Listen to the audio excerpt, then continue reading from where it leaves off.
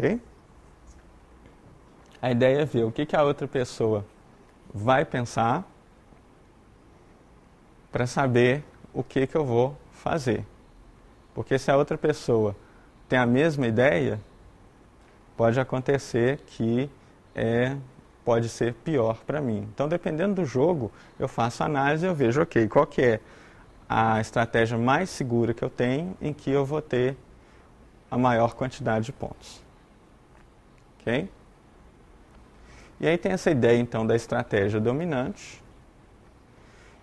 E, além da estratégia dominante, então podem ter várias estratégias, uma estratégia melhor que a outra, que é melhor que a outra, que é melhor que a outra, para cada jogador. Existe também, o ponto de equilíbrio de Nash vai ser o seguinte, vai ser a estratégia mais segura de todas. Por quê? Imaginando que os jogadores são racionais, que eles estão querendo ganhar a maior quantidade de pontos e que eles esperam então que cada jogador vai julgar a melhor estratégia, o ponto de equilíbrio de Nash é o seguinte, é o ponto em que todos os jogadores ganham a maior pontuação possível com uma grande probabilidade, certo? Por que isso? Se a gente for pegar aquelas duas curvas, a curva, vamos pegar a curva azul. Aquela curva azul, eu nunca vou querer jogar, por exemplo, 60, certo? Porque 60 é uma estratégia muito ruim para mim. Então esse é o ponto de equilíbrio de Nash, é o ponto em que eu encontro que, dada a estratégia, a melhor estratégia do jogador A, dada a melhor estratégia do jogador B, essa estratégia, então, em que eu vou ter a maior quantidade de pontos, vai ser o ponto de equilíbrio de Nash. Então, na computação, como que a gente aplica isso? A gente vai utilizar a teoria de jogos para poder, por exemplo, definir sistemas distribuídos cooperativos. Então, eu tenho vários agentes, vários sistemas, que eles estão trabalhando, que eles estão cooperando, certo? E aí, a primeira coisa que eu posso fazer é definir as regras de interação entre os vários componentes, de forma que a regra de interação mais interessante, que dê mais pontos para cada um, seja o ponto de equilíbrio de Nash. Porque aí o que vai acontecer? O que vai acontecer é que cada um vai tentar maximizar a sua quantidade de pontos. E aí, para maximizar a quantidade de pontos, se a melhor forma que tem para fazer isso é fazer da forma que eu espero, então o sistema está executando da forma esperada, certo? E aí eu vou dar um exemplo para vocês daqui a pouco do peer-to-peer. Outra coisa também, dado que a gente tem um jogo com as regras já definidas, eu posso validar o sistema para ver se ele está comportando da forma esperada. Então eu modelo o sistema como um jogo, verifico como que cada usuário, como que cada componente ele está utilizando o sistema, e aí a partir disso daí eu verifico qual que vai ser a característica final do sistema, certo? Como que ele vai se comportar, ok? Como que isso então é aplicado na computação? Um exemplo são sistemas par a par. Então, antigamente, quando a gente pegava uma aplicação peer-to-peer das primeiras, tipo o Napster, como é que funcionava? Você tinha as pessoas que estavam compartilhando o arquivo, e aí você podia baixar o arquivo de qualquer pessoa. E você baixava o arquivo de todas as pessoas que você encontrava na maior velocidade possível e depois desconectava. Qual que é o grande problema disso daí? O problema é que quando você baixa um arquivo e sai da rede, você não está contribuindo para o sistema, porque você não está enviando o arquivo para outras pessoas. E aí o que acontece muitas vezes em uma rede peer-to-peer? A pessoa coloca o arquivo, vem um tanto de gente, baixa o arquivo e depois fecha o programa. Então o que aconteceu? A primeira pessoa enviou para um tanto de gente, gastou a banda dela, e aí as outras pessoas saíram, esse arquivo ele vai ter que ser baixado de novo dessa mesma pessoa. Esse cara aqui tem que ser muito altruísta, né? Porque ele vai distribuir o arquivo para a rede inteira. Qual que é a ideia, então? A ideia seria deixar esse programa aberto por um certo tempo, para que as outras pessoas possam baixar de você. Então, cada um contribui um pouco para a rede. Só que no método antigo do Napster, isso não valia a pena. Por quê? Porque o que eu ganho deixando a outra pessoa baixar o arquivo do meu computador? Eu não sou a Madre Teresa, eu não estou nem aí para outra pessoa, certo? Então, acabou de baixar o meu arquivo, eu fecho o programa, porque o meu interesse já está resolvido. Ok? Aí depois, o que surgiu? Surgiu um outro método, que aí é um método que ele, se a gente analisar pela teoria de jogos, ele é um método mais interessante. O que é? Eu vou baixar o arquivo, só que eu começo com uma velocidade baixa. Por quê? Porque a minha velocidade vai ser determinada por quanto que eu contribuí do arquivo, quanto que eu já enviei. Então vamos dizer que eu recebi 100 KB do arquivo, enviei 0. Então a minha velocidade é a mínima possível. Agora, quanto mais eu vou contribuindo, então eu baixei 100 KB, mas eu enviei também 80 KB. Aí a minha velocidade aumenta, certo? Com isso, o que vai acontecer? Se eu quero baixar o arquivo o mais rápido possível, o que eu vou querer fazer? Eu vou querer enviar também, certo? E aí existem os sistemas, atualmente, que são sistemas de reputação. Todo mundo calcula qual que é a sua reputação, qual que é como que você é visto como contribuinte do sistema. Então, por exemplo, no Emule antigamente ele tinha um sistema que qualificava com você com uma nota de 0 a 1000. E aí, quanto mais você está próximo de 1000, significa que você está contribuindo mais para as outras pessoas que estão baixando aquele arquivo. E aí a pessoa que tem a nota mais próxima de 1000 tem uma velocidade maior. Então eu vou baixar, por exemplo, o novo Linux, e aí são 4 GB, se a minha reputação é de 1000, de repente eu vou baixar isso em 2 horas. Se a minha reputação é de 0, eu vou baixar em 3 semanas. Certo? Então é do meu interesse contribuir para o sistema. E aí o que acontece? A gente pega esse problema, analisa, verifica que o ponto de equilíbrio de Nash é o ponto em que todo mundo vai tanto baixar o arquivo quanto enviar o arquivo para alguém. Certo?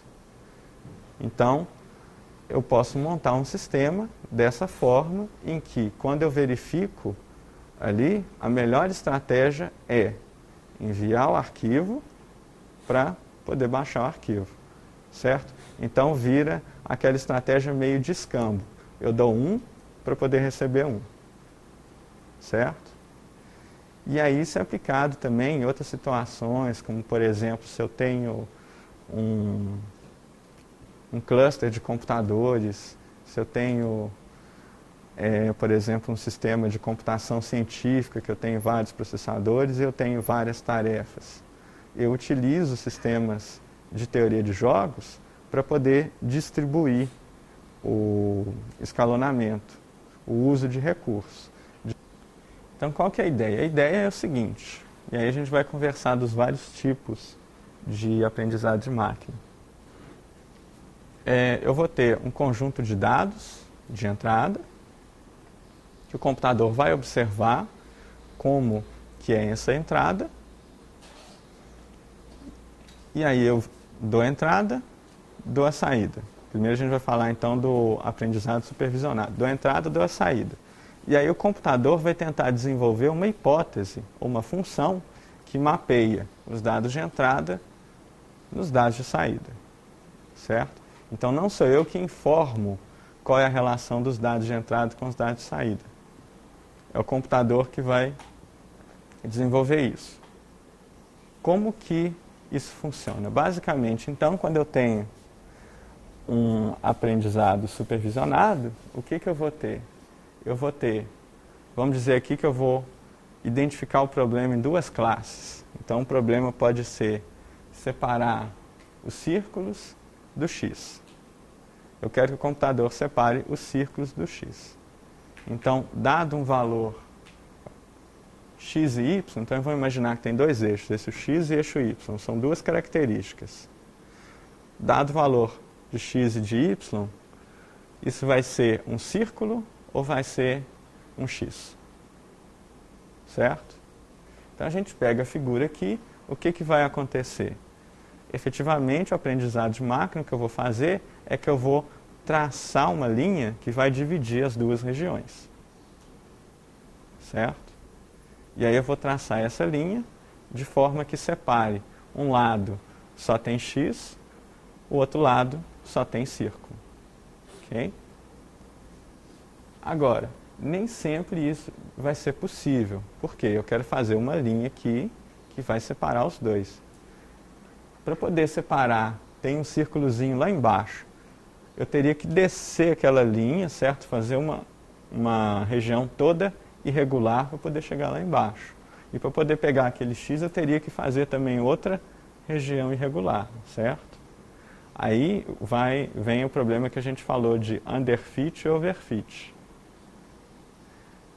Por que não é interessante eu fazer isso? Porque muitas vezes ali a gente pode ter, a gente vai gerar erros de classificação. Então ali pode acontecer que em um caso tem um xizinho ali em cima. Mas puxando a superfície para lá, eu aumento o erro de classificação. Certo? Então o objetivo é encontrar, pegando ali aquela representação, onde que eu vou passar uma reta que divide os dois grupos, mas essa reta deve ser tal que eu minimizo os erros de classificação. Certo?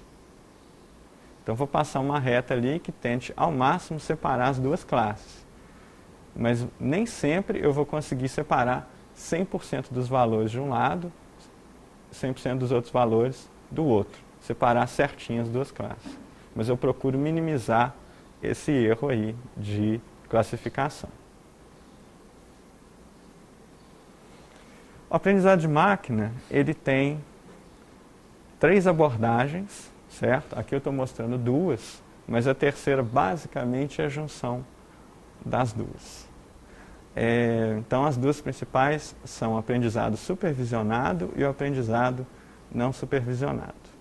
Então imaginem o problema que é o seguinte, eu tenho um computador que eu vou passar para ele imagens de raio-x e eu quero que ele identifique se no raio-x do cérebro existe ou não existe um câncer. Certo? Bom, como que eu vou aprender isso? Eu vou ter a seguinte forma. Eu vou ter o aprendizado supervisionado ou não supervisionado. No supervisionado, como é que eu vou fazer?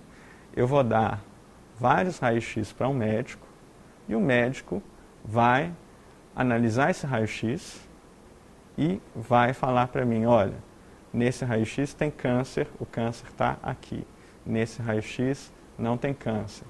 Nesse tem câncer, nesse não tem, não tem, não tem. Aí eu faço um conjunto de classificações ali, se tem câncer, se não tem câncer. Isso aí vai ser a minha massa de dados de treino para o algoritmo de aprendizado de máquina. E aí eu passo isso para o algoritmo, o que o algoritmo vai fazer? Ele vai criar uma função que tenta aproximar o que o médico fez, certo? Então, ele vai pegar várias características da imagem, vamos dizer que eu divido a imagem em seções, e aí ele vai verificar, vamos dizer, o valor do pixel, se ele está mais preto, se ele está mais branco, e ele vai formular uma hipótese, onde que vai ser um câncer. Então, de acordo com as entradas ali, ele vai identificar qual tipo de entrada é o mais característico de câncer. Okay?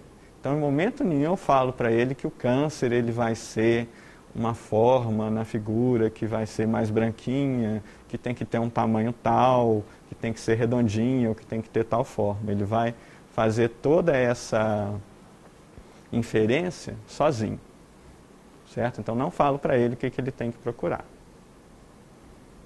Ok? Esse vai ser o aprendizado supervisionado. Agora, eu tenho também o aprendizado não supervisionado. Como que ele funciona? É um aprendizado em que você não fala, você não dá para o computador um conjunto de instâncias de teste. O computador vai aprender sozinho. Agora, é aquela história, como que o computador vai aprender sozinho se ninguém falou para ele o que ele está tentando identificar? Para isso, então, o que vai existir? Eu preciso de um retorno. Então, o computador, ele gera um resultado de saída e aí depois ele tem que ter um retorno falando, olha, você meio que acertou ou você não acertou.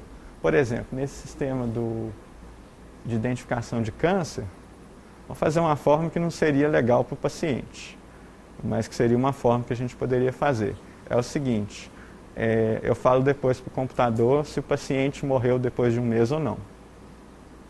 Então, o paciente pode ter morrido depois de um mês de outras causas. Mas aí vão assumir, o paciente morreu, então o computador assume que, bom, deve ter sido câncer. Certo? Eu não identifiquei, não falei para o computador, olha, ele tinha câncer, ou ele não tinha câncer. Mas eu tenho um retorno para ele, olha, o paciente morreu. E aí o que ele vai fazer? Ele verifica, né, os casos em que teve a morte e ele vai tentar correlacionar. E aí, provavelmente, ele vai identificar, olha, tem uma região aqui que está diferente nesses casos, comparando os que não morreu com o que morreu, tem uma região assim, assim, assada sempre, branquinha, que aparece. Certo? Então, isso que vai acontecer. Eu posso, por exemplo, fazer o seguinte, eu posso ter um problema de aprendizado que seria o seguinte, eu quero controlar um robô. E aí, o que eu vou fazer? Eu vou pegar as ações de uma pessoa no joystick, no controle do robô, para ver como que essa pessoa se comporta. Então, o sistema ele vai aprender a partir das ações da pessoa. Eu gravo o que ela está fazendo.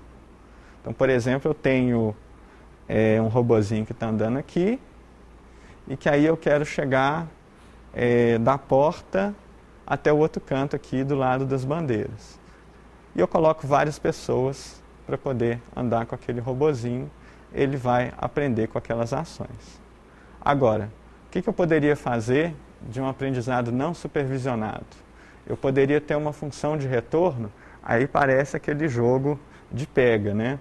Então o robô, se ele tentar, em vez de seguir nessa direção, ele segue em direção a vocês, aí eu falo, olha, tá frio. Aí ele vira, ó, tá esquentando, tá mais quente, ó, tá chegando, tá quente, tá calor, certo? Então nisso aí, o que eu estou fazendo? Eu estou tendo uma função de retorno. E aí, a partir disso daí, o robô, ele vai tentar identificar qual ação que é mais interessante. Então, por exemplo, ele vai identificar que a ação mais interessante é ir sempre nessa direção. É melhor ir nessa direção do que ir, por exemplo, nessa outra direção, certo? Então, basicamente, são esses dois tipos, e tem um terceiro tipo, que é o tipo híbrido.